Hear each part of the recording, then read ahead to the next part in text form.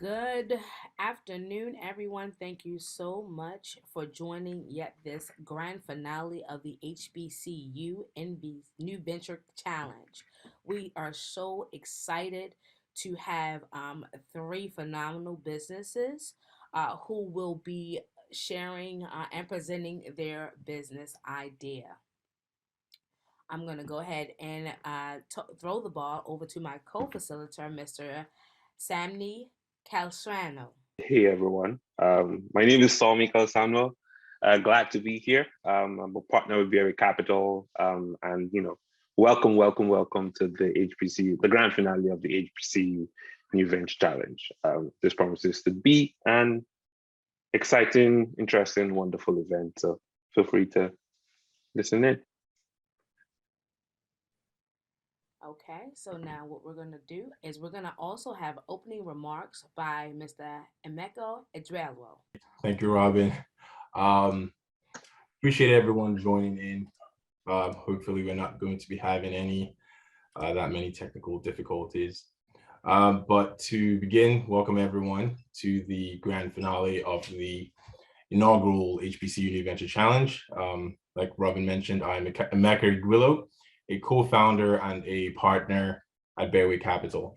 And on behalf of my friends and partners, I'd like to again thank you all for joining us on the start of this journey, a journey to build an ecosystem of talented entrepreneurs within HBCUs with access to capital and targeted mentorship.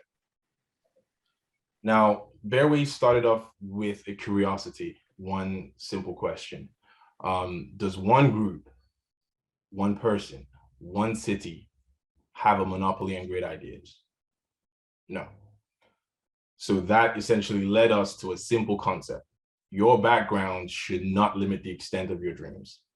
If we all believe that there is strength in numbers, then we have a role, not just a role, but a duty really, to ensure that every voice has access to this table of opportunity. Because when one of us moves forward, we all do. That one simple question ultimately led us to challenge the existing barriers to entry for the underrepresented entrepreneur, access to capital and mentorship. You know, as alums of Morgan State University, we were well aware of the untapped potential within HBCUs. You know, as young engineering students, a couple of us actually started businesses which ultimately flamed out for the same reasons, capital and mentorship. Now, Bearway has set a mission to invest in at least 50 underrepresented entrepreneurs and businesses within the next 5 years. And we're working hard to make that a reality by starting at the grassroots level. And what better place to start than home? The HBCUs that had educated and trained us to thrive anywhere. The HBCU New Venture Challenge is the child of our vision, is essentially the result of our vision. A business plan competition providing access to funding and mentorship to attract talented sailors. And yes, I mean sailors. Because entrepreneurs like sailors are excited to go on an adventure. They have the imagination and drive and just need the capital to fund the expedition and assemble the right crew, including a navigator who helps guide that journey. Now, with this maiden voyage, we've engaged with over a dozen sailors from multiple HBCUs and a brilliant set of navigators to help mentor them despite all the limitations faced over the last 18 months.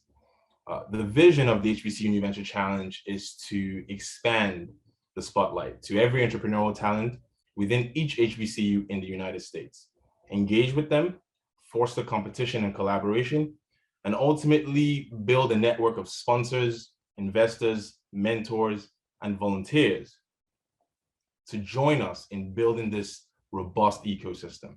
But for today, join us in celebrating our finalists and wishing them the very best of luck as they embark on this adventure. And thank you all aboard. Thank you so much, Mika. So we definitely are grateful for your words and your words insight. Now we will have remarks by none other than President Wilson of the president of our very fine Morgan State University. Dr. Wilson could not join us today. However, he has, slated a pre-recording to infuse into today's presentation.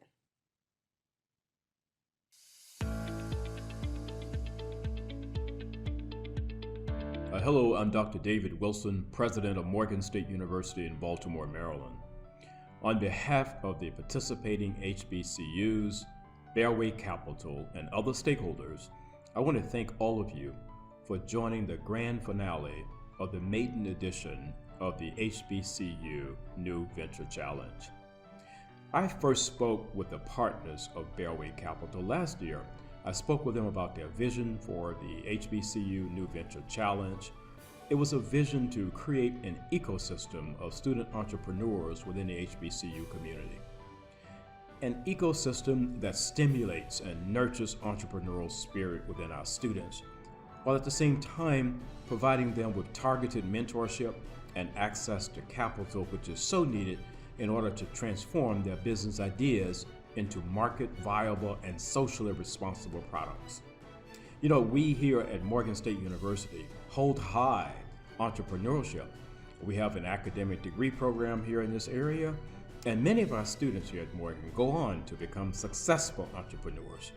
We have degree programs here that are in alignment with the work of the future of work, and entrepreneurship is at the epicenter of what we do. As a matter of fact, our motto here at Morgan is growing the future and leading the world. And as Morgan and other HBCUs educate our entrepreneurial talent, competitions such as the HBCU NVC, they spotlight this talent and they spotlight these incredible ideas that are coming forward. This merger between universities and business competitions presents a unique opportunity for sponsors and inventors to fund this incredibly impressive talent. Given the challenges presented by COVID, I must admit I'm pleasantly surprised that this maiden edition of the HBCU New Venture Challenge has been so successful. 16 businesses ideas that have been submitted by students across 8 HBCUs, of which 50% of them were women-led. More than 10 professionally and ethnically diverse mentors, and strong support from faculty. I'm so proud to see that guiding vision that we spoke about a year ago behind HBCU NVC, which is of course creating that ecosystem for underrepresented entrepreneurs. I'm so proud to see it thrive. I'm so proud to see that it is taking a step in the right direction. And so I would just like to once again wish the student entrepreneurs that are pitching their business ideas today the very, very best of luck. You represent some of the best talent coming out of our HBCUs, and we could not be more proud of you. Good luck to all of you. Thank you so much, Dr. Wilson, for those inspiring words. Yes, during this pandemic. So, we are excited that we have a panel full of judges who have taken the time to hang out with us and provide their expertise. So, we would like to highlight all of our judges actually. We have Emika. Please wave your hand when I say, when I call your name, just say, hey, y'all, hey. We have Amika, we have Nick, and then we have Angel. Hey. And Sammy, you want to go ahead and introduce our remaining judges? Yeah, so we also have Cambria on the line as well. Hey, how you doing, Cambria? Yep, and those will be our judges for today. All right, so we're so excited. We have our first business. Don't get me, Vivoli. That would be presenting their business. So if we can highlight this team. And the ball is in your court, ladies. Awesome.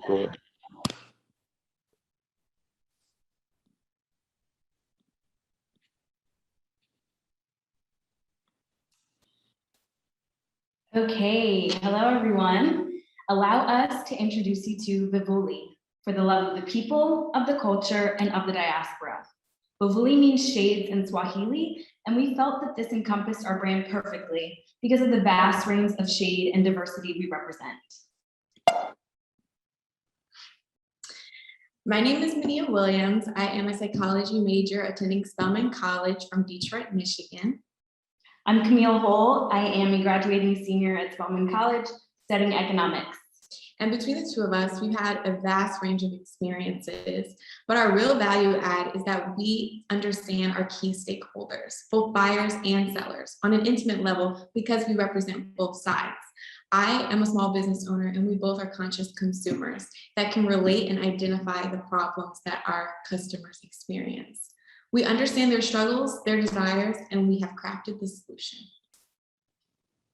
Vivuli is a curated digital hub of high quality and niche BIPOC-owned goods.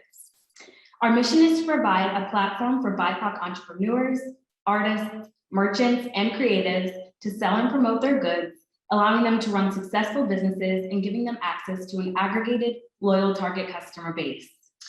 Vivuli values inclusivity, transparency, and quality. We believe that the world should have access to a wide range of quality, responsibly sourced niche goods, and the ability to shop with confidence and ease. We see Vivuli as a movement, and our vision is for this movement to impact the world, becoming a global brand known for uplifting BIPOC people and creating wealth in those communities.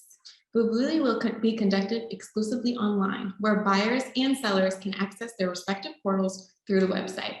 A fun fact about us is BearWay Capital's HBCU New Venture Challenge is our 5th pitch competition together, and we are so excited to be here.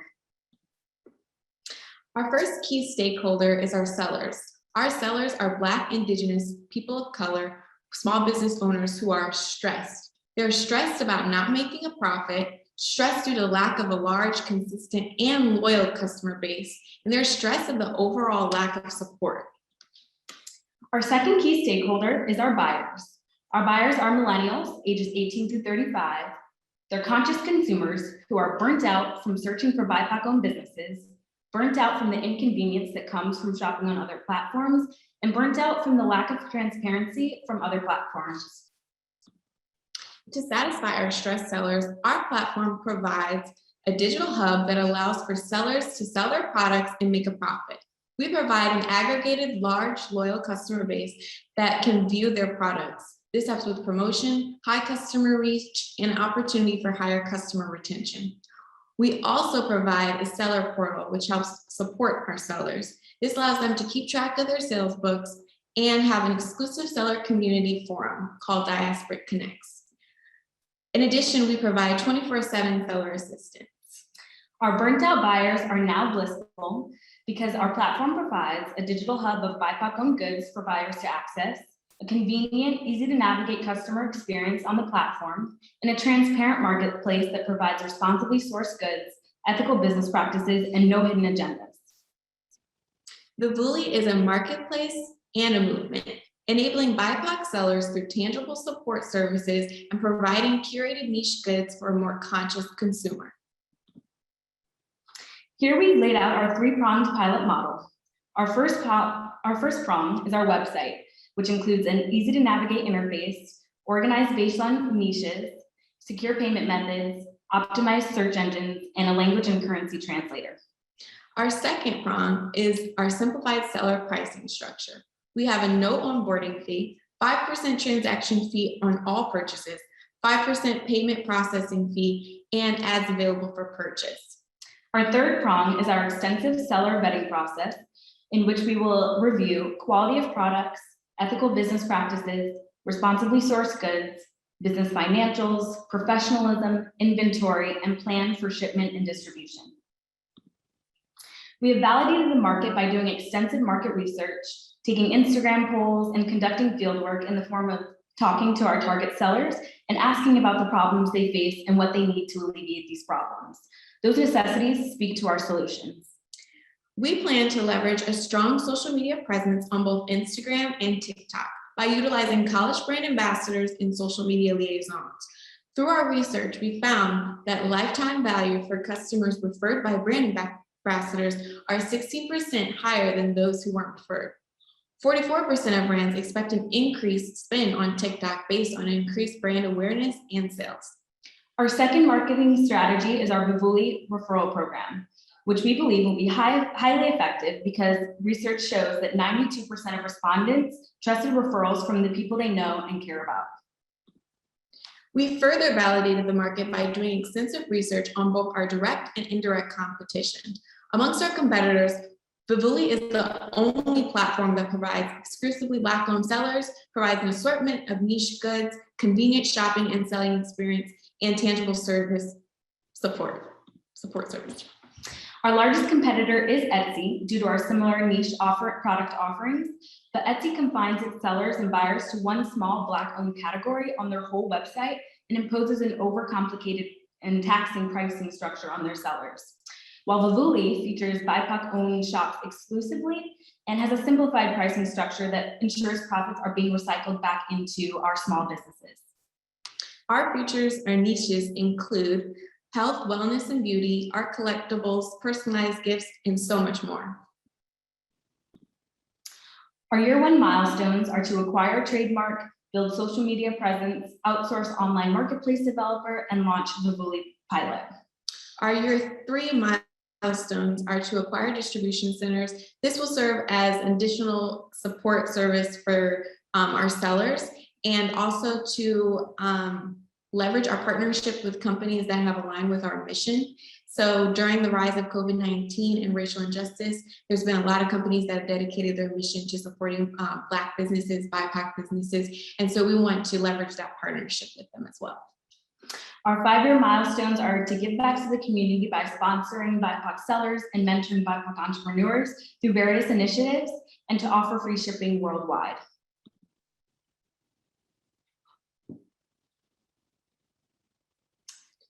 For phase 1 of our MVP, we will have a development cost for MVP, which is roughly $2,500, trademark name and logo, which is $2,500. Ultimately, that comes to $25,000, which we plan to use our seed funding for. We're currently in partnership with a Columbus, Ohio-based web developer who has worked with Nike and the government on various initiatives, and we've been discussing the plugin features that we will want for our MVP. For our phase 2 pilot, we will need $100,000 to acquire our first 10 beta sellers, conduct developments and refinements to our MVP, and associated marketing costs. So this $100,000 includes max $50,000 to attract our 10 beta sellers, and that still leaves about $25,000 in development costs and another $25,000 in marketing costs. And for phase 3, we need $500,000 to launch our referral program and to make further developments and refinements to our website.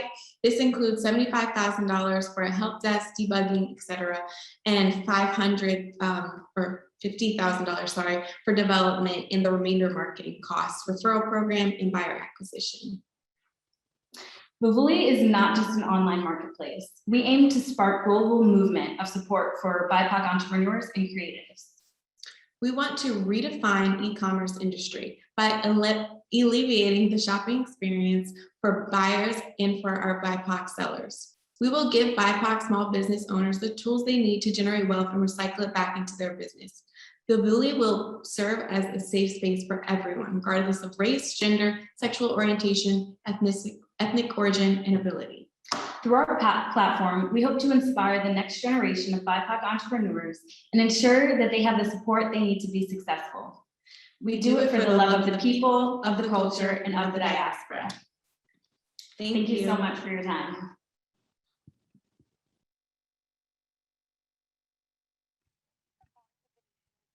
Thank you so much, ladies, for your time and your presentation. The floor now is we're going to go ahead and open up this section for Q&A for our panelists. Awesome. Panelists, Thank you so much for the presentation. I did have a quick question, just following up on the supply side, like how y'all are thinking about, acquiring BIPOC sellers onto your platform, beyond just that initial beta. If you think about like scaling that acquisition on the supply side. Yeah, I think our referral program is structured that sellers that are already a part of the community and have a network of like-minded entrepreneurs in the same space will be able to refer their colleagues or whoever they know that has these small businesses. But beyond that, starting with the pilot model, we're really planning on leveraging our social media platform, Instagram and TikTok, to really get the word out there about Vivuli, even Instagram ads, and reach out to small businesses personally and get to know them and see if they would be a good candidate for our platform. And also, I know you mentioned it's outside of the beta, but for our first 10, we have discussed that we would want to select businesses internationally who are more established, who have somewhat of a following already, and hopefully that following will kind of stick and they'll be integrated into our platform, and that will circulate through word of mouth, but also through social media platforms. So.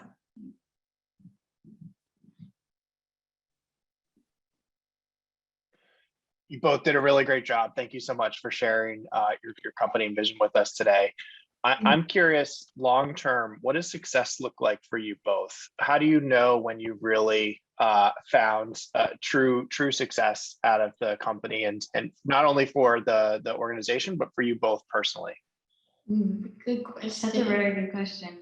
I think for me, it's like we said, we really hope to spark a movement in this. And so being able to really not only measure impacts based on our key performance indicators that we've outlined in our appendix, but mostly just the community and, like we said, the diaspora, and seeing them, take to these products and really join our community and build that, and like we said, really recycle that momentum throughout the community, and just seeing that impact, I think, is validation and fulfillment in the sense of what we're trying to do.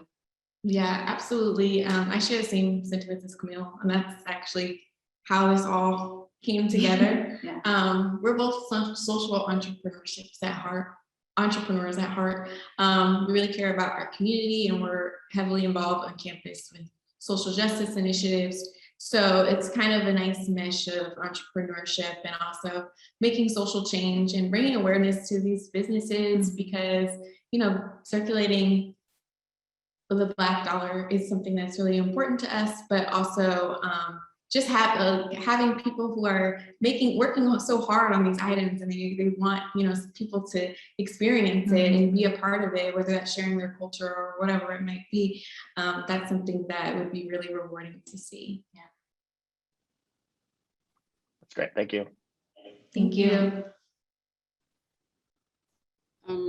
I just wanted to, first of all, congratulate you for making it this far. And when I was reading the deck, my mind went to sort of the Amazon for like BIPOC businesses. And I think there's a great need. I know lots of people who would love to find a place so they can just stop searching through the whole haystack and find, those businesses by people of color. So I love the business idea.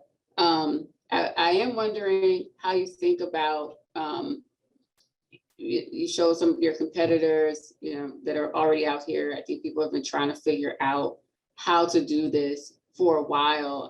And I think there's kind of two challenges I want to hear your thoughts about.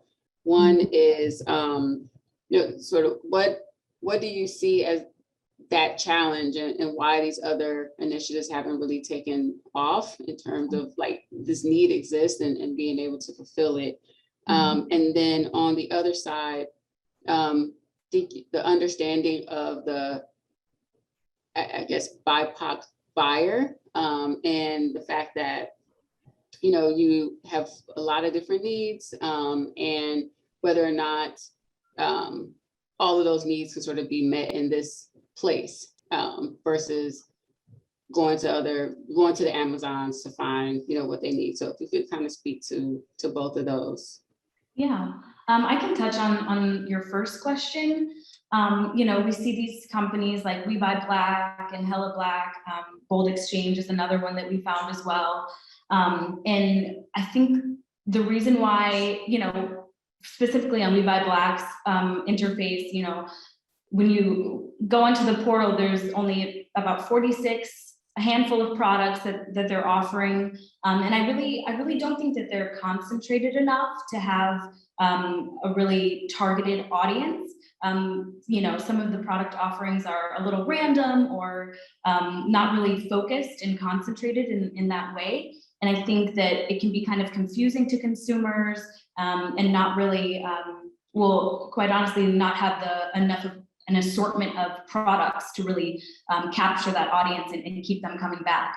And I think that Vivuli will be able to offer a wide range of these niche products, and it's concentrated enough that when people think of a Christmas gift that they want to get for their aunt, they know exactly where to come. They know that these are trusted, vetted sellers, and they know that their goods are going to be of high quality, and they can find what they need. I'm sorry, could you repeat the second question that you had? Yeah, I was thinking about the need. So I'll use an example. If I wanted to buy a lotion, there's products that I already buy that meet that need. But if I want to figure out, what's out there in terms of a BIPOC owned, business that's providing this product that I typically am using from another brand, like how can I sort of understand or I'm thinking about sort of switching loyalty to sort of going to these new brands that I don't necessarily know that are kind of new on the marketplace compared to the products that I'm used to buying and the services that I'm used to getting. Right, and that's a good question, because I definitely can understand if things can seem more convenient to go, you want to buy Jergens to go to Target. But that's why specifically we mentioned the conscious consumer, because it's something that you're buying into. You know that there's no process of any abuse or animal testing or any malfeasance that have been done through buying our products. So I think that's something that's like you're buying into the brand of Vivuli. You're not only just buying that item. And people are, based on research, are willing to buy things that are catered towards them. So the fact also that it is BIPOC sellers, that is in our advantage as well. Although we welcome our customers, all customers, it is exclusively BIPOC to give them that platform. There's a lot of people, and also with COVID and the rise of racial injustice has also shown that they're more willing to support Black-owned businesses. So we feel like the timing of it will help elevate our company as well. Yeah, and our research did show that these consumers are willing to pay 1.2 times more. So they are willing to pay a premium for these products merely based on the fact that they are BIPOC owned and they're better suited to their needs and preferences. So we're really using that as a basis to motivate these conscious consumers to shop BIPOC and even hopefully if they do have a BIPOC brand that they use that's small, BIPOC owned and a small business, hopefully they'll be featured on our website so that they can not have to shift products necessarily, but maybe just buy on Vivuli's website instead of their company's website. So yeah, thank you for that question. Yeah, thank you. I appreciate the answer. So thank you to both of you for actually sharing your idea. I think it's really impressive and it's commendable that you guys have actually come this far. A question for me is, you've mentioned that part of the initial seed investment will be used towards development of the MVP. I guess my question is, have you given some thought to sort of the features of the MVP, meaning what's sort of the simplest form of the Vivuli that you would actually use to test your target market? Have you given some thought to that? Yes, definitely. We've been in numerous meetings with our web developer based out of Columbus, Ohio, And, you know, a lot of the conversation is around the certain plugins that we would want for MVP. And all of the features that we've mentioned in this presentation, we have expressed to them that we would like to see it in our MVP. You know, obviously that all depends on costs, and a lot of these plugins are very expensive. So some of them will have to be for phase 2 and 3, but definitely our seller portal and our seller support is number 1. So that is a necessity for our MVP. And, you know, there are ways, they explained it in a way that there are ways to have the design layout, you know, very seamless, very easy to navigate, interact with for the customer, but not invest too much into the design and graphics of the website. For the pilot at least, and kind of hold off on the very expensive and time-consuming designs for the phase 3 and phase 2 and 3. So really just focusing on our basic necessities like our seller portal, our seller support, being able to have, you know, secure payment method. We even talked about accepting crypto as a payment because that's something that a lot of e-commerce platforms are adopting now. So we're definitely in discussion, and we're actually waiting on a write-up with all of the potential plugins that we could have for our MVP from our web developer. So we're really excited to, you know, to figure out what the MVP is going to look like in a broader sense. That was helpful. Thank you. It might be good. I don't know. I probably should have looked at the judges' rules before I shared this bit of feedback. But as a CEO of a tech startup, I think it would be helpful to have at least an advisor on your team that is in the development space, because the idea of the MVP can turn into a full-blown product, which can be very expensive. And the developer kind of is just going to do what you say, not necessarily understand your business objectives and what you're trying to do. So I would just highly recommend you get somebody on your team that has that experience and can help guide that development side so you can serve those resources which are so crucial in those early days. Awesome. Yeah, thank you so thank much you. for that. Yeah. You know, one of the reasons Amazon is so successful is because they relentlessly prioritize customers over the sellers, and that's part of their mission and vision. And I actually really like that you guys are doing the opposite, going after the sellers, because I think that ties in so much into your vision and you know, the purpose behind the organization. What metrics do you think are going to be the most important during your beta to really understand if you're achieving success? Yeah, so the key performance indicators that we've kind of pinpointed to measure our initial impact will be number of registrants and users on the website, number of orders placed, average platform ratings, number of sellers that we acquire in this pilot timeline, and our seller and buyer churn rate is also extremely important, as well as sales generated, profit, things like that. But definitely keeping an open line of communication with our sellers to pinpoint their needs and what they don't like about the portal, what they do like, things that they might need extra support or what have you. That's something that we're really planning on capitalizing on, because we also included in our appendix. So this is a shortfall that Etsy had, which came to their customer support. And I don't know if you all can read it, it's kind of small, but essentially it is a change.org petition that Etsy sellers started expressing their concerns with Etsy, not supporting them, and basically not following their contract that they have with them.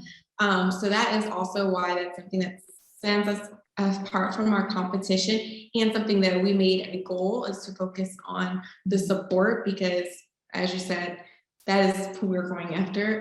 We care about our sellers very much.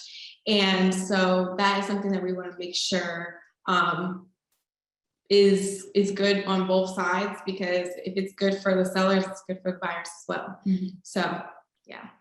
So just building off of that, how will you measure how satisfied your sellers are throughout the process? That's a good question. Yeah. Surveys, we've already conducted a few surveys and sent them out to potential sellers on Instagram and are already in discussion with them and already receiving a lot of good feedback, which is definitely just some validation on the seller front. But I think constant feedback, like we said, open line of communication, and we'll find a way to standardize this through a survey or, a discussion board or even just one-on-one chat or email support to really hear their concerns. Thank you so very much to our judges for all the wonderful questions that you've asked of both Camille and Minea. Next, we've got Ebony Jenkins from the University of Maryland Eastern Shore, who is going to be presenting Rare and Release. Welcome, welcome, welcome. So Ebony, we're going to grant you access to be able to share your screen, and good luck. Thank you for the introduction.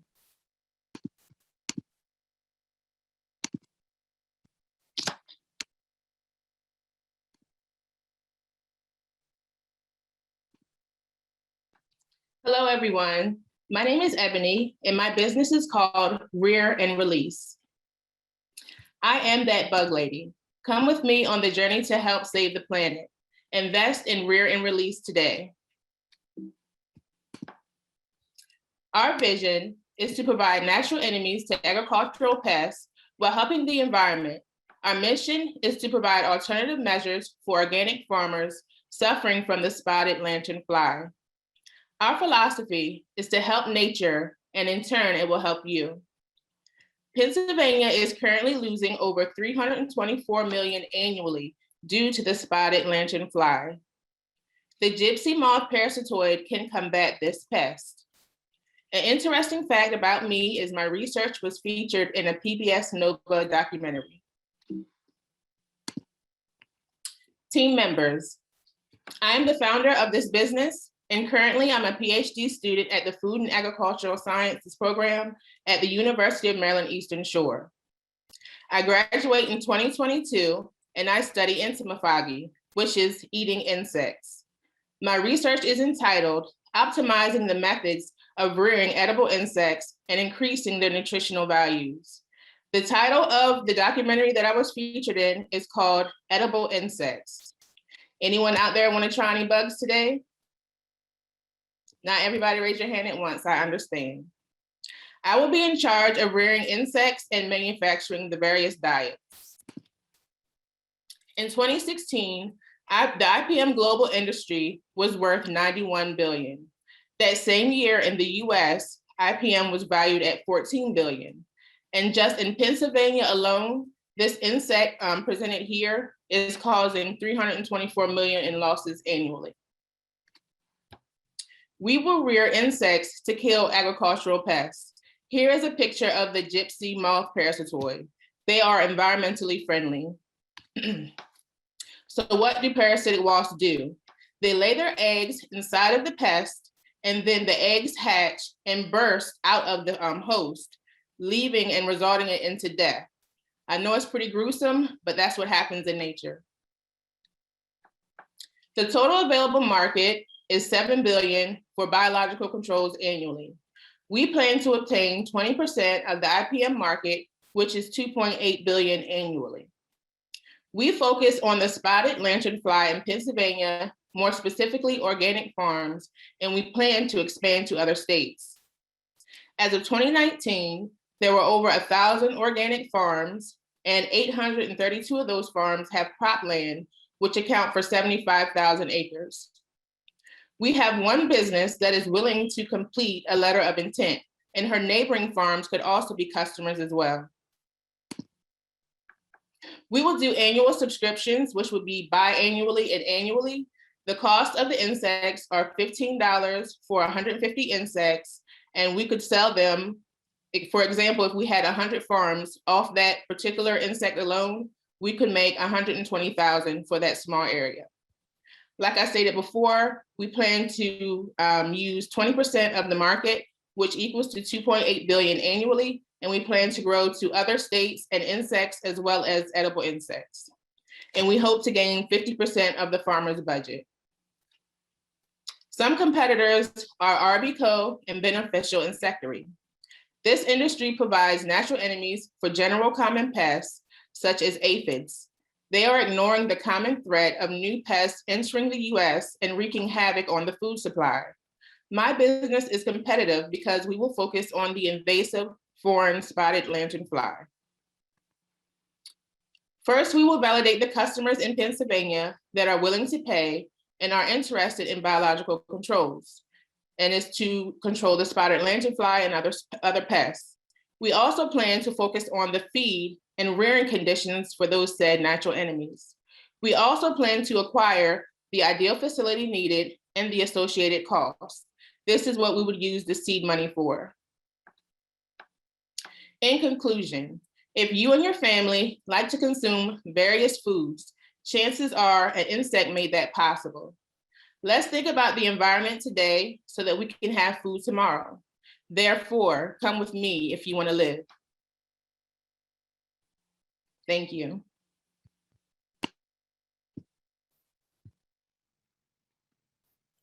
Great presentation, Ebony. Thank you so much. Thank you. Very insightful. And congratulations on your PhD. My son is actually graduating in December with his undergraduate. Thank you, and congratulations to him. Yeah, so we're excited about that. Time now, of course, is we're going to go ahead and open our floor up for Q&A. So panel judges, if you can go ahead and share your questions with regard with you what you heard. I'm sorry, what you heard this today from Ebony.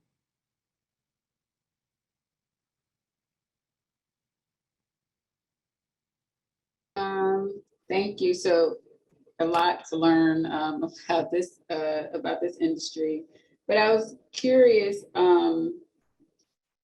You talk about the overall biocontrols sort of market. What is the market specifically for this issue that you're focusing on, the spotted lanternfly? And I think along with that, you are focusing in on Pennsylvania. So I'm wondering, is it a Pennsylvania sort of issue? Is this a national issue? So can you talk a little bit more about the opportunity? At the beginning of the month, I had the opportunity to go to an insect conference, and one of the focus were the spotted lanternfly. And basically what I took from those talks is it's more than one thing that we're going to need to do in order to get this insect in control. So not just only rearing insects as a parasitoid, it would have to be other means. So for example, pheromones, traps, like just using integrated pest management is needed because you're going to have to integrate various methods in order to reach your goal that you want, because this insect is very tricky. And then the reason I speak on Pennsylvania, because that is where it was discovered. That's where it first was discovered in the United States, and it's starting to spread out into other states, wreaking havoc and causing issues. So that's why I focused on the hot spot, and then we plan to move out into those other states that it has rippled into.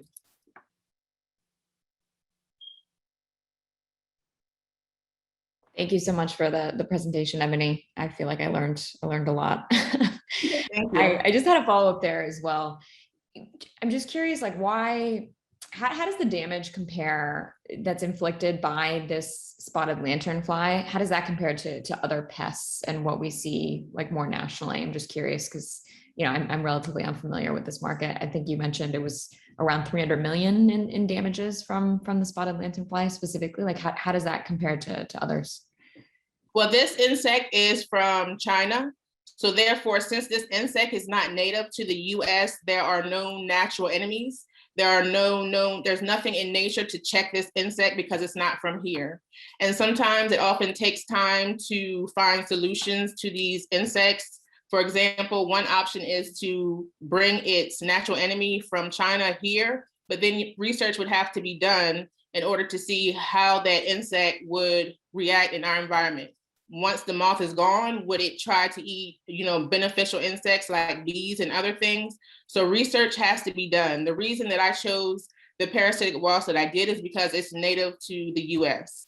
So therefore we won't have to worry about, is it going to mess up the environment, because we're using insects that are already here. So I just want to make sure I understood that. The SLF is invasive, but the gypsum moth parasitoid that you're rearing and releasing, that's native. Yes, that's a native insect and already used in other research as well. Got it. So there's no kind of regulatory requirements that you have to go through to be able to release that. It's no kind of hurdle. Yes, actually, I would need a permit. I would need permit 526 in order to rear insects from the USDA. So for an example, I would have to take the time to establish a lab, make sure that lab is up to code, and then apply for the permit, which could take 2 to 3 months, and then start the process of the business. But yes, a permit is definitely needed in order to do this. I wanted to ask another question about your cost, or I guess your how you think about your revenue model.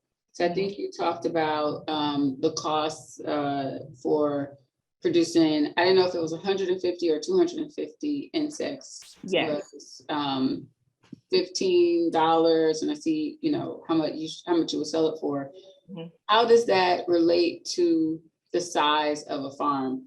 So is it, 15 or 250 insects per farm, or is it based on like the number of acres, so that one farm might need more than the other 500 insects, or another might need 1,000 insects? Like how do you calculate it, based on acres or number of farms? Mm-hmm. Oftentimes you can do research on your own. So for example, depending on the size of your farm, you can pick a certain spot and take sweeping nets. And for 10 minutes, you can go out there and see how many insects that you have per that section. And that can determine how infested your area is. So you start with a small batch, collect the insects and count them and see how many is present. And then you're able to multiply that by the acreage to see what is the need for the number of insects versus the pests that are in the field.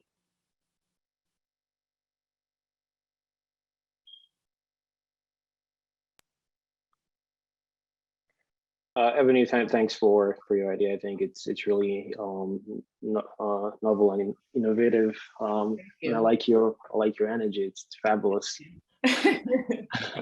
It's a question about I guess your potential competitors, so the other sort of more established labs.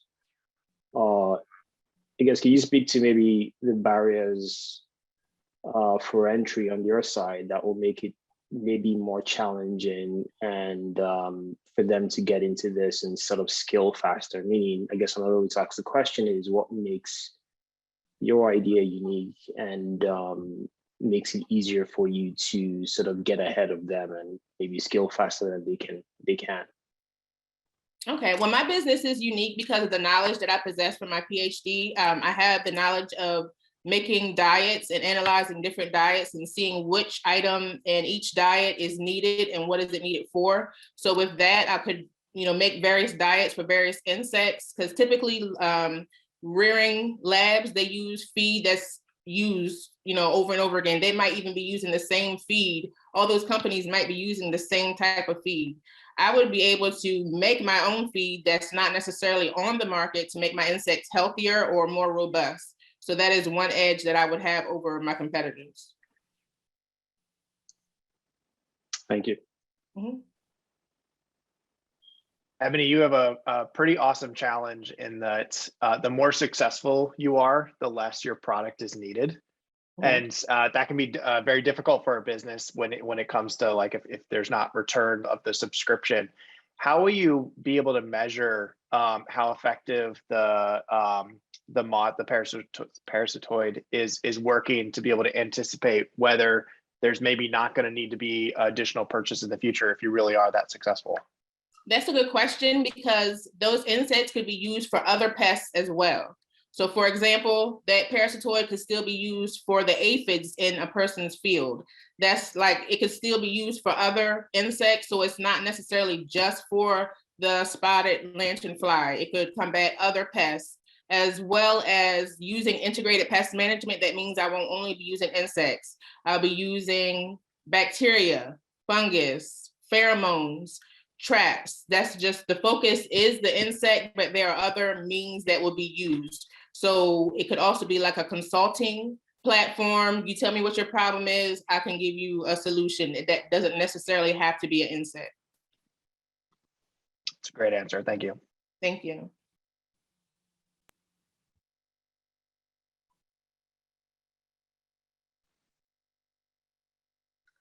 Okay, if there are no more questions, thank you so much, Ebony, Thank you. for presenting. That was a good presentation, and I think it was impactful.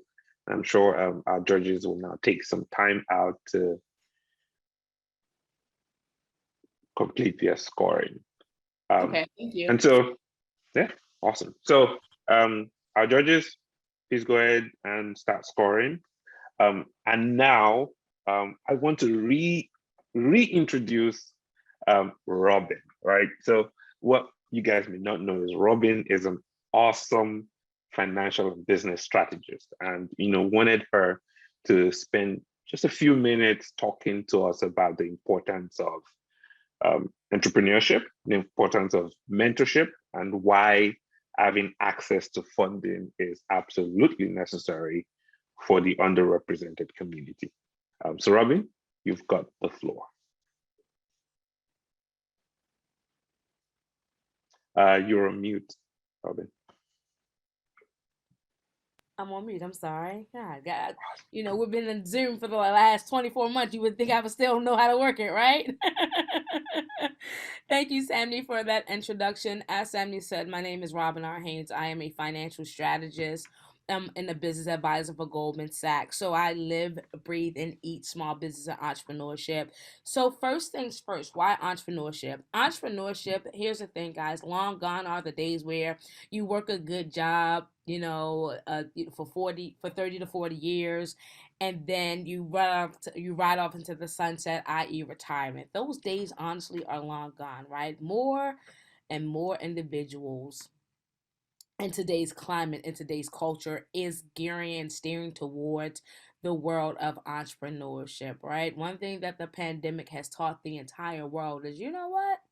I can kind of be my own boss. But here's the thing with that. You have to know in your heart of hearts that being a business owner is just more than having product or service, right? It is understanding your why. Besides profitability, besides making money, why do you want to become an entrepreneur, right? So as you are looking into becoming an entrepreneur, as you are going entering or venturing into this space, I want you to understand and ask yourself, what is my purpose? What is my why? And once you determine what your why is, then let's put a plan of action in place to execute. So now, as you're entering to the world of entrepreneurship, the key word mentorship is so critical, right? Again, it is more than product or service. As you're entering to this space, you have to surround yourselves with like-minded individuals who not necessarily have the same mindset as you, but have the same behaviors, right? Those individuals who are currently entrepreneur and successful entrepreneurs. You have to surround yourself with individuals who are successful entrepreneurs, right? Because everybody can do hair, everybody can make cupcakes, everybody can sell t-shirts, right? But you have to have that entrepreneurial small business mindset to become successful in this space. So as you are venturing into this space, remember, you don't know everything. I've been in the financial industry for 23 years. I mean, I provide high-level technical assistance, CA assistance, to your $1 million businesses, $1 million on up, 500, $500,000 on up businesses, right? And with one thing they say to me is, Robin, you are an amazing mentor, right? And here's the thing, when I talk to my clients and my audiences, I don't speak from my master's degree in entrepreneurship. I don't even talk from my experience. I mean, I don't even talk from my accounting, my undergraduate in accounting. I speak from the experience of not having a mentor, not having a business advisor, right?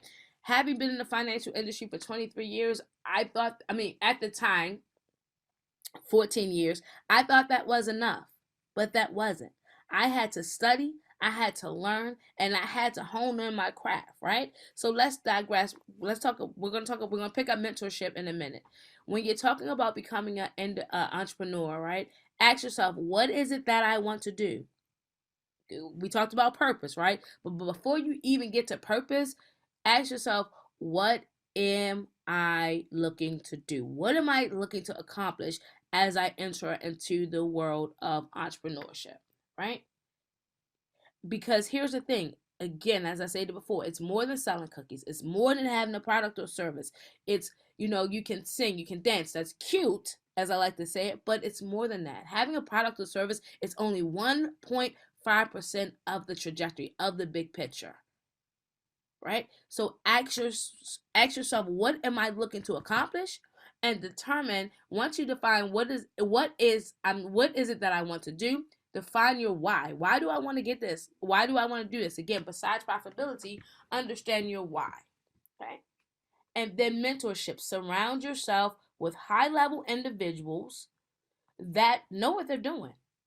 Because here's the thing, everybody as an entrepreneur, if they say that, oh, entrepreneurship is easy, it's fun, it's sexy, they're telling you a story. Tell them to come see me, right? And I say this because, again, having provide high level TA, technical assistance for high level business, mature businesses, my 5-year and over businesses, right? They know and understand that this is work. Entrepreneurship is gritty, it's grimy, it's nothing cute about it, especially when you're entering into this space. There's a lot of research that needs to be done. There's a lot of hand holding that needs to be done. And then you have to have the mind to become successful. And there are times where you're going to want to throw in the towel. Oh my God, this is so hard. Oh my God, oh my God, oh my God, I don't want to do this anymore. I want to go back to my 9 to 5. But I promise, if you put the work in, if you put the work in, if you put your mind to it, you can be successful, right? And so then let's talk about the access to capital. And I love this piece of it, is because as a budding entrepreneur, you're going to need capital. Right? And what does that look like? That looks like, number one, taking a look at your personal financial behavior, your personal financial behaviors and your personal financial picture. Now, if you're an individual who has a not so healthy financial picture, then my charge to you is start working on strengthening up your personal financial picture. And you're probably saying, well, Robin, I'm looking to become an entrepreneurship. I'm looking to become an entrepreneur. Why do I have to make sure that my personal financial picture is healthy? And my answer is simple. The lender, the investor, is going to take a look at your personal financial picture. And if it's not healthy, they're going to take a look at your business plan and your business model and tell you, have a good day. Right? In today's climate, it is so, so important that you have a healthy financial picture, especially if you're looking to go into the space of entrepreneurship. Right? So then let's talk about the importance of having access to capital. Depending where you are in your business life stage, you're going to need capital. Okay. First of all, you're going to need to have a plan of attack. That includes your revenue. That includes your expenses. And I always tell especially my budding entrepreneurs, do a 3 to 5 year project out. What does that mean? Project your expenses for 3 years. Project your revenue for 3 to 5 years, right? You gotta know these numbers. And like, well, Robin, I'm not a math person. Here's the thing, the financial piece is the bloodline to your business. You can't get around it. The financial piece is the bloodline to your business. And so when you're talking about financial management, financial sustainability, and access to capital, again, depending on where you are in your business life cycle, you are going to need capital. But before you make the ask of capital, understand the why. I need money for my business. Okay, we get that. But why do you need the money? And how are you going to pay it back? That's critical. Why do I need the money and how? And I repeat that. So why do I need this money? How am I going to use the money? Right? And then how am I going to pay it back? So with that, we have our last student entrepreneur who's going to be presenting. Her name is English Hills. She's with Spelman College, and her business is called Safe Cycle. So English, we will be giving you access for you to be able to share your screen, come on video, and we all will listen to your presentation. You've got the floor. Okay, I'm going to screen share. I'm just going to make sure we have a good tech check before I start off. Okay. Sounds good. You guys can all see my screen. You guys we can see my screen? Yes, we can. And it's moving for you. Okay. That is correct. Perfect. Okay. Okay. Perfect. Awesome, guys. So my name is English Hills, and this is Safe Cycle. Today's kids are concerned about climate change and the environmental consequences of our current society. There has been a rapid mainstream adoption to the idea of reducing climate change. Yet, at the current rate we are moving, the effects of climate change are far outpacing us. Safe Cycle is here to help solve problems of a previously assumed endemic issue. We are utilizing modern technology to increase recycling frequency to combat the effects of climate change. We are on a mission to create a sustainable future while improving the social, economic, and environmental well-being of the community. We are dedicated to combating the effects of climate change and fostering a sustainable future. So the team members. English Hills is a senior at Spelman College. She is on the pre-law track, and she's from California. She enjoys social justice initiatives. She was actually the Black Student Union president at her previous community college in California. And after transferring to Spelman, English currently sits as the community service chair of the nonprofit social justice organization. English is currently working for the City of Atlanta's Urban Conservation Project, which has allowed her to get embedded into the sustainability community in Atlanta. And fun fact, this is her first pitch competition.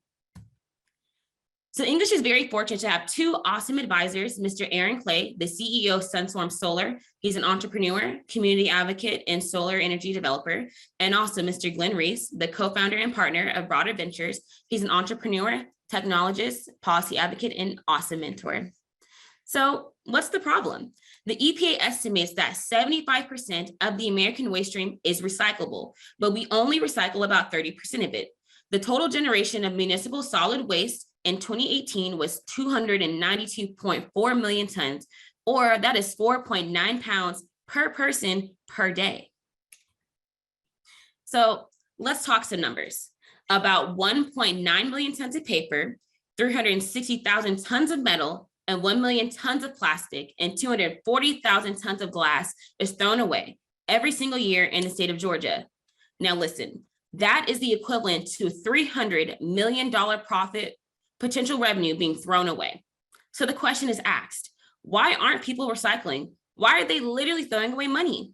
And the answer is simple. The current recycling processes are time-consuming, expensive, and inconvenient. This has been a problem for a long time. The early 2000s has brought the arrival of the single stream recycling system, the process that allows residents to put all their recyclables into one single bin, with the items later separated at a sorting facility.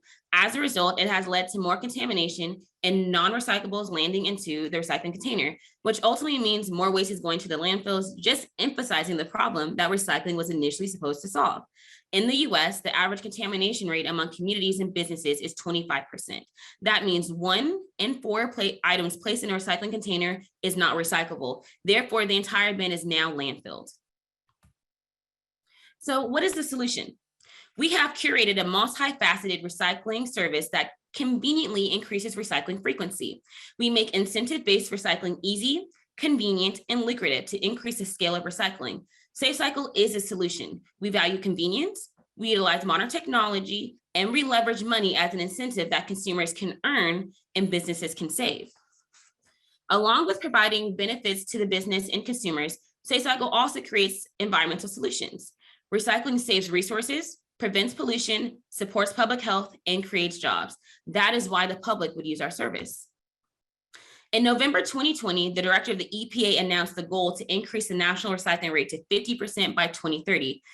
And clearly, at this rate, we are not going to make it. But SafeCycle can help meet that quota.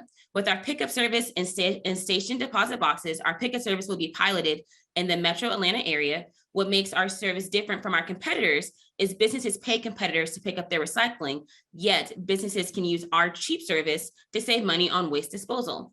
On the back end, SafeCycle makes money by reselling the collected recyclables to recycling facilities and to startups to be remanufactured. With our deposit box service, it will be piloted first at an HBCU campus in the Metro Atlanta area. We will curate partnerships with local colleges where students or consumers will earn money by recycling with our service. And SafeCycle will take a small fee from every transaction with our deposit box. And then we will also resell the collected recyclables to recycling facilities and startups. We make recycling easy and seamless. Now you're probably asking what that solution looks like. So imagine this. You're going to a football game, you and your friends are tailgating, your friends has bought 2 12-packs of beer in aluminum cans, your sister has bought some sodas and water. As we see, you are definitely here for a good time. Now it's game time. You have to move into the stadium, but first it's time to clean up. You have options. You can throw everything away in the trash, or here's a bright idea. You can use a SafeCycle box in front of the gate of the stadium and bring your recyclable items to the machine and get your money back instantly.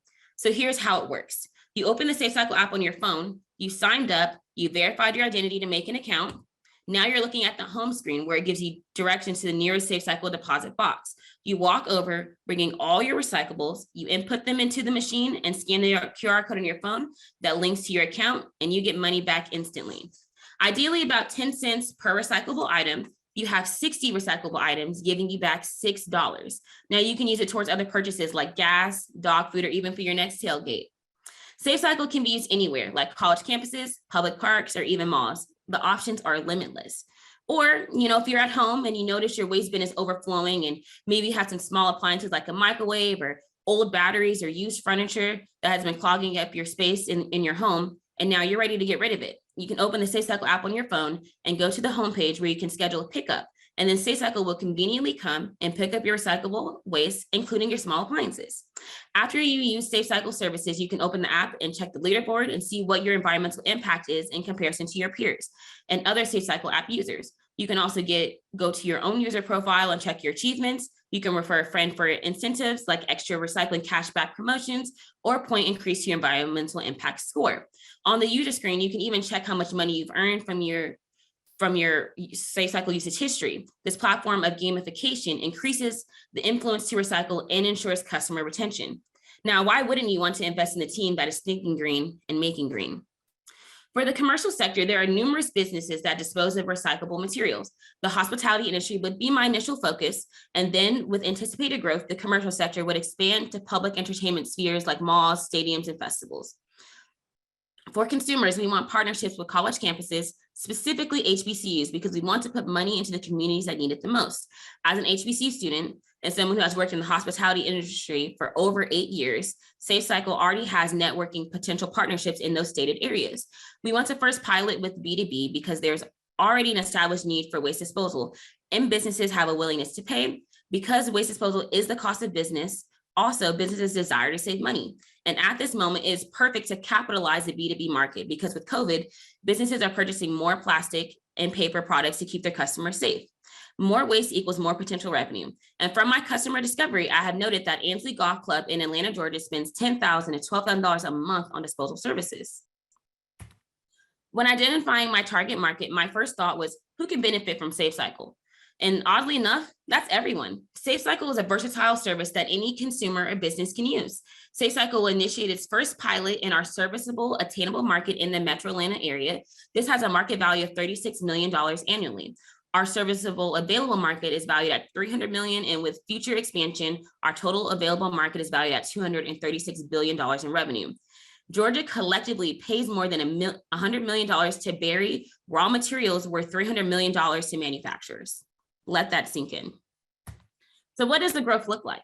The market is growing rapidly in the coming years. In 2019, the global waste recycling services market was valued at $69.71 billion US dollars. The market is expected to grow considerably in the coming years as consumer awareness about the environmental impacts of waste increases. So by 2027, it is forecast that the global waste recycling services market will have reached a value of $80.3 billion US dollars.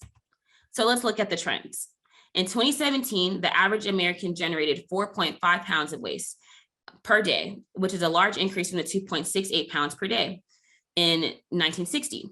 What the trends are showing is producing more waste creates more potential revenue. So let's talk about the business model. Our two-part business model ensures profitable success. We plan to monetize our service by incentivizing people to recycle.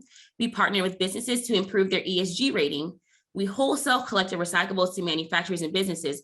That is a $300 million opportunity in Georgia alone. Commercial businesses can purchase a subscription model for pickup and disposals. We can also sell collected data from our app usage. We can also sell digital ad space on our deposit boxes. Our tangible milestones are simple. We will first start with a carefully curated customer discovery phase in Atlanta, Georgia. Then we will form partnerships for the B2B pilot. We will recruit HBCU students to design and develop our software. We will then evaluate our pilot for future success. We will develop a prototype deposit box and then expand to a B2C pilot. After evaluating the B2C pilot, we will plan for further expansion. In conclusion, SafeCycle is cheap, sustainable, and easy. Investing in SafeCycle is investing in the future because at the bottom line, who wants to throw away money?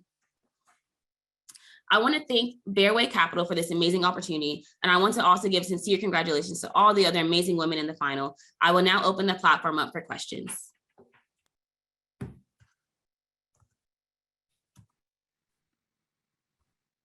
Panelists, judges? Do you want me to stop share? English, that was that's really, really good. Considering that was your first pitch, you did an amazing job. I'm so proud. That was really good. Can you explain a little bit more the unit economics of how, if you're giving the consumer money and then selling the renewables back to an organization, like how does that break down for us? Okay, a little bit of a breakdown.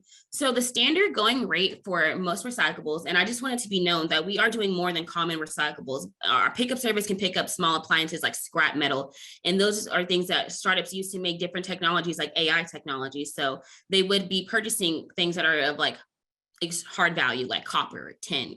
And then with our common recyclables that any person would have on a daily basis, like cans and plastic bottles, the average rate for that can be anywhere between 10 to 12 cents. At our deposit box, you would get paid less than that, and we would resell them for higher. So where does the money come from that you're giving the consumer? The money would come from the reselling of the collected recyclables. And also I know that I've been looking into local government funding that funds sustainability businesses. And I also plan on doing some future accelerator programs to kind of help increase the funding. Awesome. English, that was an incredible presentation. Thank you so much. And echoing Nick, like very impressed that was your first pitch. Just following up on that question, actually, I'm curious because you mentioned that one of the points of differentiation was being able to sell or rather collect for cheaper than your competitors. And I'm curious, just kind of pushing on that unit economics a little bit, how you plan on both using that fund to incentivize consumers to recycle, but also offering, the cheapest solution on the market. Yes, that's a good question. I just want to make sure I'm understanding your question. Are you asking me how we are going to be the cheapest in the market while giving benefit to the consumer? Yeah. Okay. So in order to be the cheapest on the market, actually a fairly easy plan, especially here in Georgia. So in a lot of businesses are actually paying really high amounts for waste disposal. And that B2B, I'm tackling like industries that are bigger, like for example, I worked at a country club. I was a bartender there, and we had a huge facility that required a lot of waste. So I'm targeting areas that have high amounts that I can undercut. And it's easy to undercut when you I'm going to be able to resell those products. And the day one of my pilot, I will be bringing in money because they will be paying me cheap under what they would pay compared to like waste management or other local waste facilities. So I'd be able to receive money the first day of my pilot.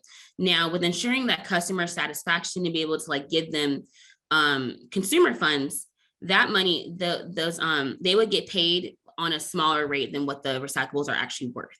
So and then it's also the consumer gets a lot of joy out of that because, you know, they like to do things that are trending. They like to do the app. They like to do the gamification, and then, you know, earning incentives throughout the app that will kind of increase customer retention. So that I'm able to allow a cheap service with businesses and be able to kind of satisfy customer need without going over, you know, funding budget. I hope that answered the question.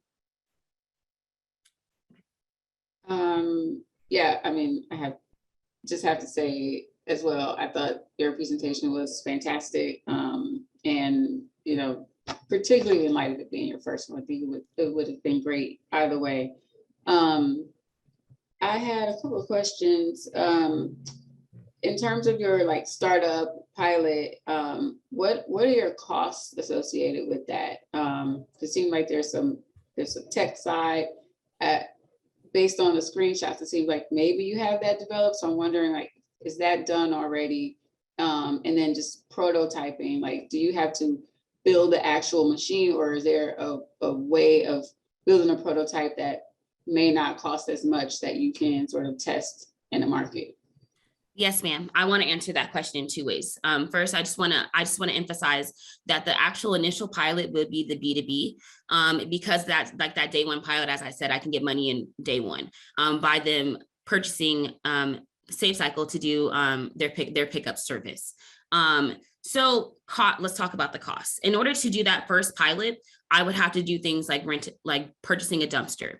They vary in size from like 3 cubic yards to like 8 cubic yards. Most facilities don't need to go anywhere over 6 cubic yards, right? And a dumpster purchase would be anywhere from 1,100, and then on the higher end, like 25. And so that would be how I would be able to do my first B2B. And then for the deposit box, which is my B2C pilot, so a refurbished box, actually, I've been looking online trying to figure out ways to get the prototype in the most simplest, cheapest form.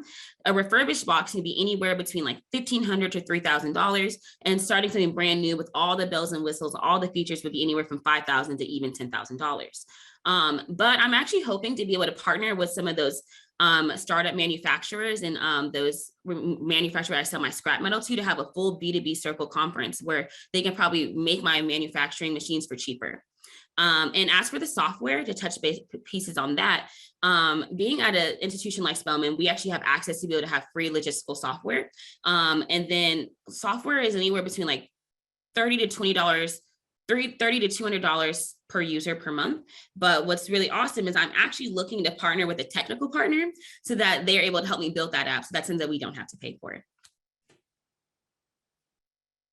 And you mentioned that you know, customers could get their money right away in terms of like once they make their deposits. How do they get their money out? Yeah, so that money is actually, it can be like transferred to their bank account. So this is the same way they would do any type of bank transactions. You know how you would do like similar things that most people know of would be like Cash App or Venmo, how you can transfer to your own bank account. The SafeCycle mobile application will have the same type of logistical software to make something like that available. But what we've also, through some customer discovery and research, we've also talked about even having SafeCycle cards that are able to be used in a similar fashion. But I really enjoyed the idea of having it transfer to your bank account because that's really the convenience. That's really what we're going for. That's really what makes it easier and that value for the consumer. Sorry, you guys, I have one last question. Thank you.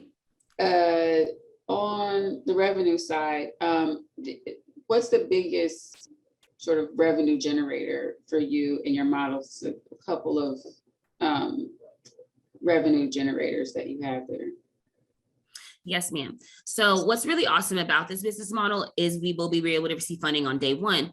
Receive revenue on day one. I do believe the biggest revenue would be the reselling of the collectible materials. That would be our real big part. But we also plan on in the future, Safe Cycle has a whole growth plan that is really awesome with the scalability. I would actually love to become a B corporation. And in order to do those, there's a very simple things to do. Being a B corporation is being an environmental friendly company. That would allow businesses to partner with us to kind of increase their green metrics, increase their ESG footprint, which would be really awesome money boost for Safe Cycle as well. So I do feel in the future, those partnerships would be a huge revenue, but that's in the future scalability. Currently, it would be the reselling of the collectible recyclables.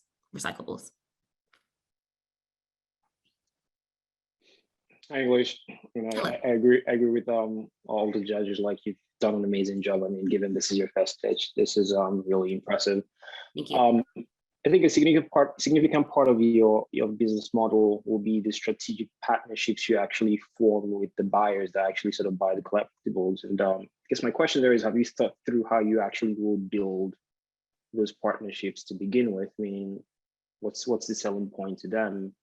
And ultimately, I guess, how you sort of scale that, sort of have strategic partnerships across the board. Okay, perfect. Once again, I want to make sure I'm getting it. Are you asking me how I plan on forming those partnerships? Yeah, basically. Yeah, perfect. So a little bit about me, I guess. So what's really awesome about my business plan is honestly who I am and what I'm doing. So I've worked in the hospitality industry in different states, but here in Georgia as well, I've bartended at some really big like country clubs and also like smaller bars and restaurants as well. I've been able to talk with previous bosses of mine, previous managers, and I've been telling them about my idea, and they love it. They really want to see where it goes and to work partnerships out with me, which is really awesome. And then also being an HBCU student and knowing some, alum who have restaurants out here and things like that, they also love this idea and like to see how that would scale for their business. So thus, I do plan on boosting partnerships just by personal experience, being a welcoming person, being able to connect with those partnerships.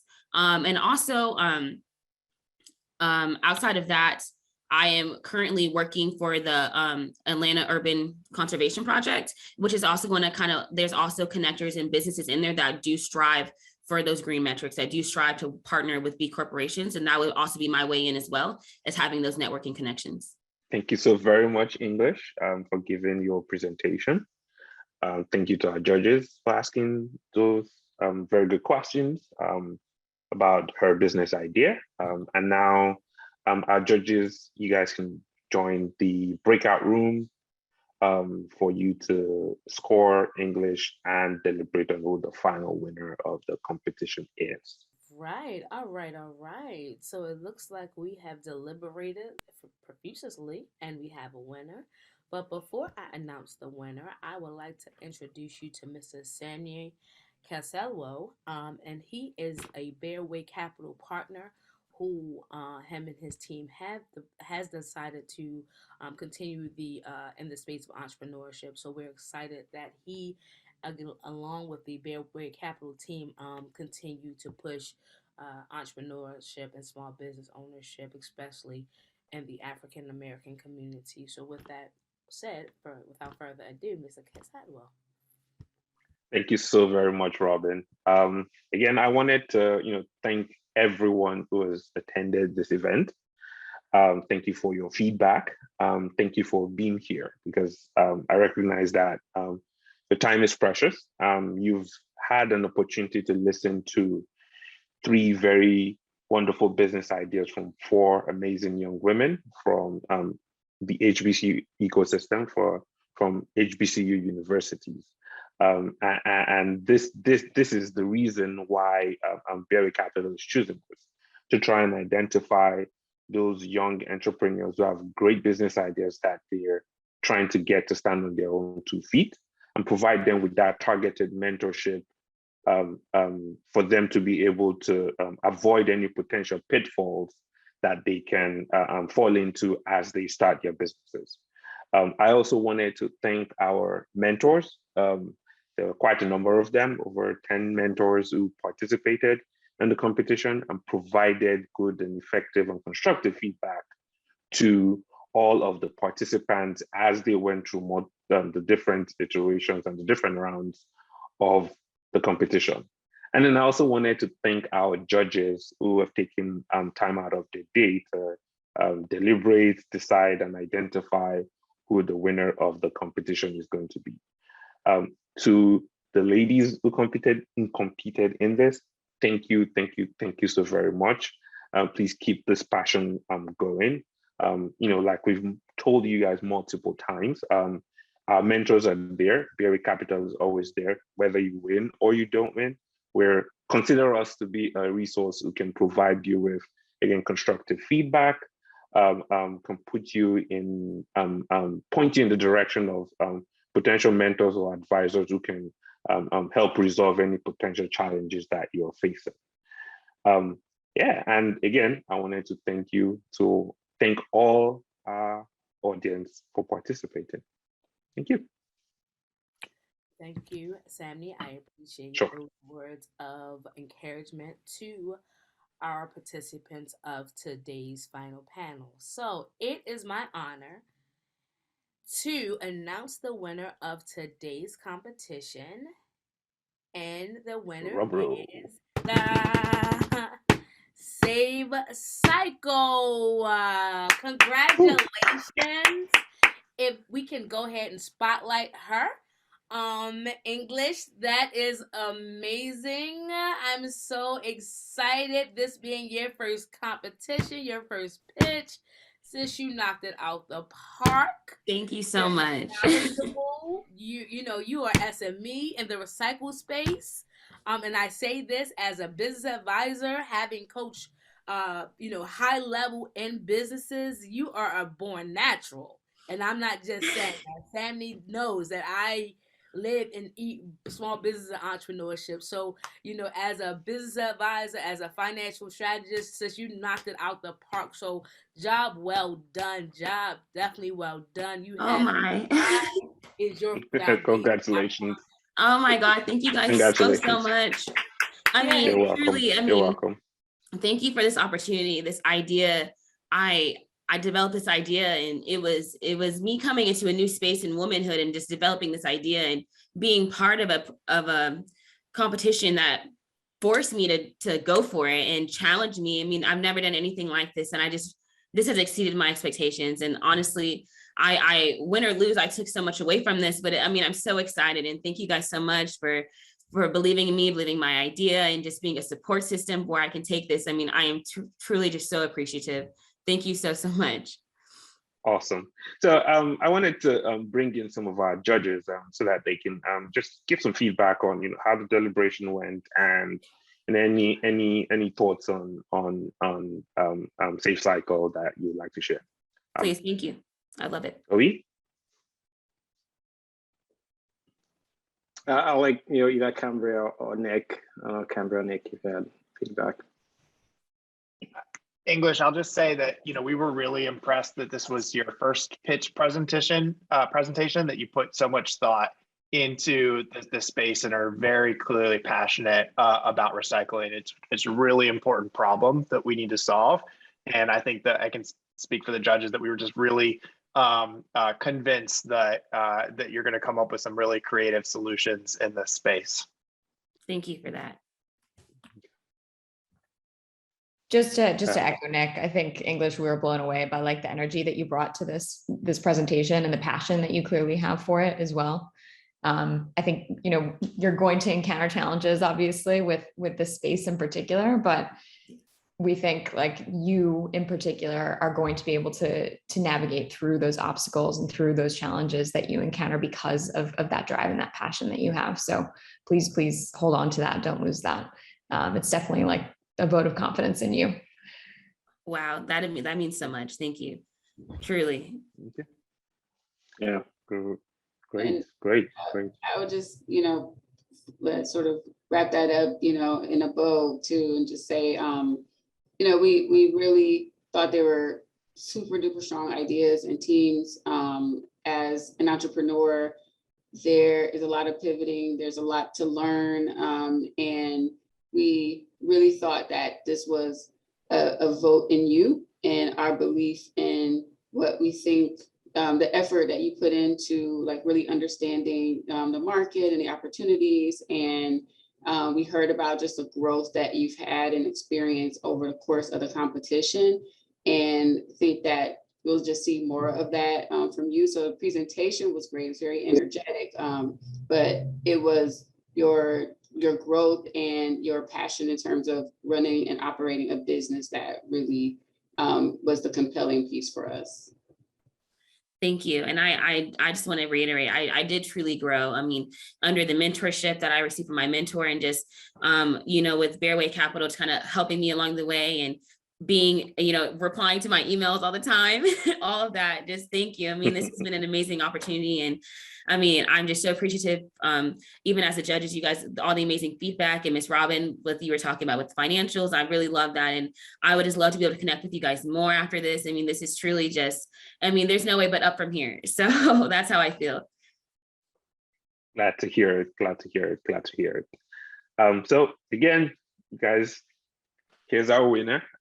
English. She's going to get up to $25,000 in seed funding directly from BearWay Capital for her to, proceed with her business with our support.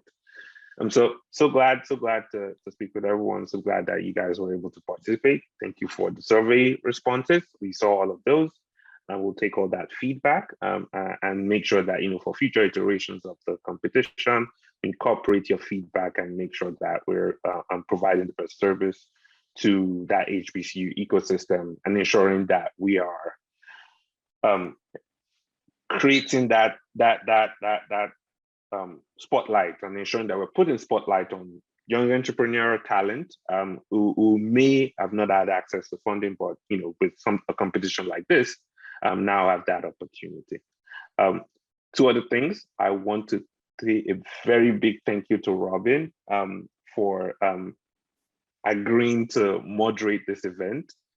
Thank you so much. You've been a great joy and a great source of support for this event. And the last thing I'll say is, please make sure to follow us on our social media handles to get some more information as to the future things that BearWay Capital is doing, to get some updates on how well English is going to be progressing. So feel free to follow us on our social media handles. With that, thank you all very much, and end of webinar. Enjoy the rest of your day. Guys. Thank you. Thank you, you everyone. all. Bye. Here, guys. Have a good Saturday. Bye-bye. You as well.